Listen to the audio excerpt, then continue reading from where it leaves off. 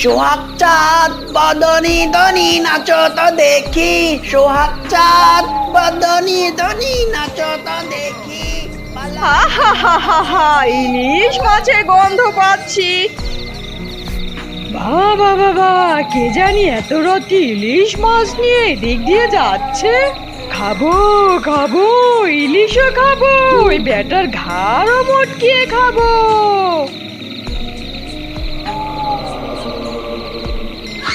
ওরে বাবারে, ওরে বাবারে, ছেড়ে দে আমায়, ছেড়ে দে। কে তুই?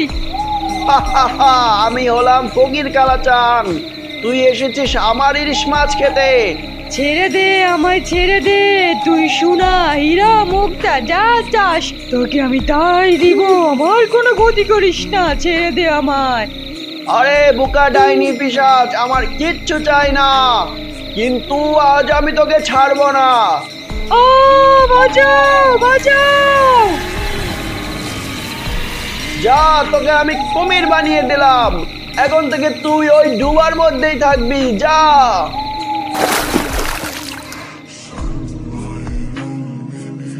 বাবা বাবা, আমি রেডি হয়ে গেছি, তাড়াতাড়ি চলো, আমরা চিড়িয়াখানায় যাব। টুম্পা চল, আর তোর মাকে জিজ্ঞেস কর রেডি হয়েছে কিনা। হ্যাঁ, আমিও রেডি হয়ে গেছি। তাহলে চলো মা। শিয়াল, শিয়ালের বউ আর তাদের মেয়ে টুম্পা যাচ্ছে চিড়িয়াখানায়।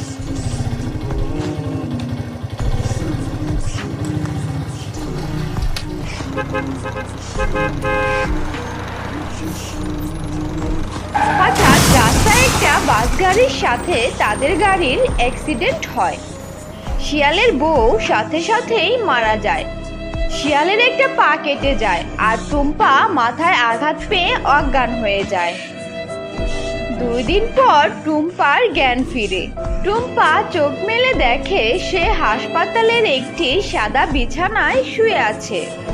পাশে তার বাবা বসে আছে, গায়ে ব্যান্ডেজে রক্ত জমাট বাঁধা। টুম্পার মাথায় ব্যান্ডেজ বাঁধা। বাবাকে দেখে সে কাঁদতে শুরু করলো। বাবা বাবা, মা কোথায়? মা ঠিক আছে তো? টুম্পা, তোর মা আমাদের ছেড়ে চলে গেছে, সে আর কখনো ফিরে আসবে না।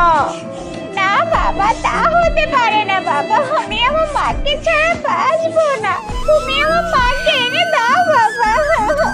টুম্পা, যে একবার এই দুনিয়া ছেড়ে চলে যায় সে আর কখনো ফিরে আসতে পারে না মা।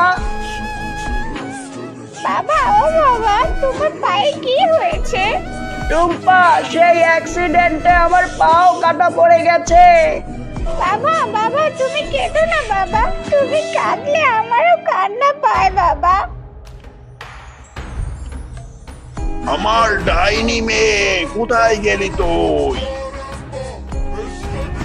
আমার ডাইনি মেয়ে, ডাইনি মেয়ে, এই ডাইনি মেয়ে।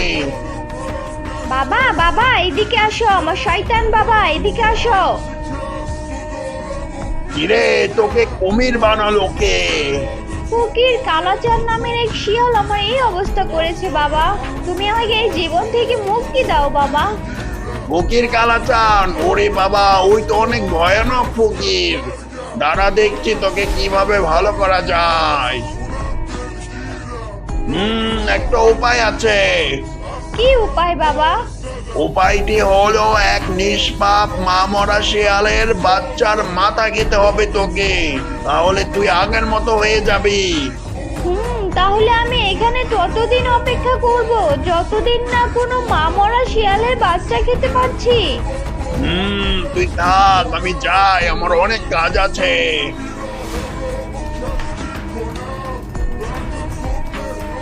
যাই, ওই পুকুর থেকেই পানি নিয়ে যাই, আর জমিতে অনেক ওষুধ দিতে হবে। বাঁচাও বাঁচাও, আমাকে বাঁচাও। ওরে বাবারে, এই কুমিরটা তো দেখতে ভূতের মতো, বাঁচাও আমাকে, বাঁচাও।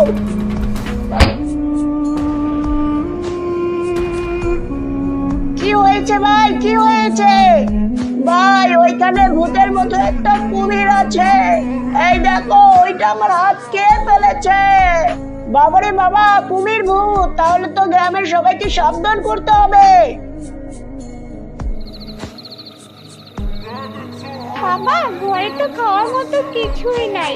আমার তো অনেক ক্ষুধা লেগেছে বাবা। টুম্পা, মা আমার, আমার পা না থাকাতে এখন আমি কোনো কাজ করতে পারি না। বাবা, আমি পড়ালেখার পাশাপাশি অন্যদের বাসায় কাজ করব। অন্যদের বাসায় কাজ করে যে টাকা পাবো তা দিয়েই আমাদের সংসার চালাবো। টুম্পা, আমি চাই না তুই কাজ কর, কিন্তু এছাড়া তো আমাদের আর কোনো উপায় নেই। পরের দিন থেকে টুম্পা গ্রামের অন্যদের বাসায় কাজ করত। সারাদিন কাজ করে সে যা টাকা পেত তা দিয়ে সে তাদের সংসার চালাতো। একদিন টুম্পা সেই পুকুর পাড় দিয়ে বাড়ি ফিরছিল। এখানে আবার কি লেখা? এই পুকুরে কুমির ভূত আছে, সবাই সাবধান। কুমির ভূত আবার কি? যাই আমার বাবাকে গিয়ে জিজ্ঞেস করি।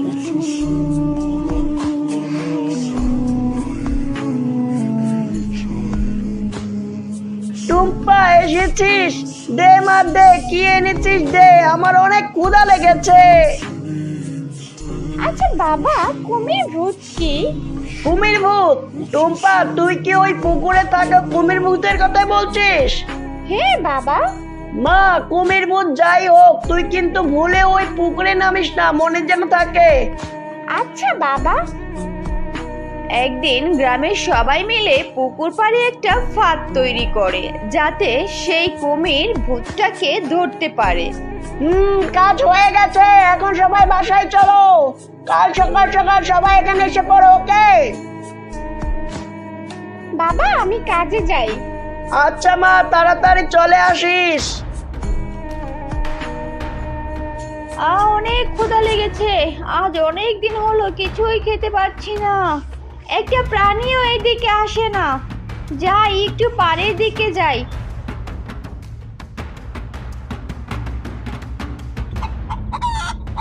ওয়াও, একটা মুরগি, যাই মুরগিটা খেয়ে নেই।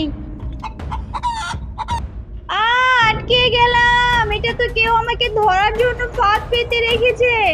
বাঁচাও বাঁচাও, কেউ আমাকে বাঁচাও।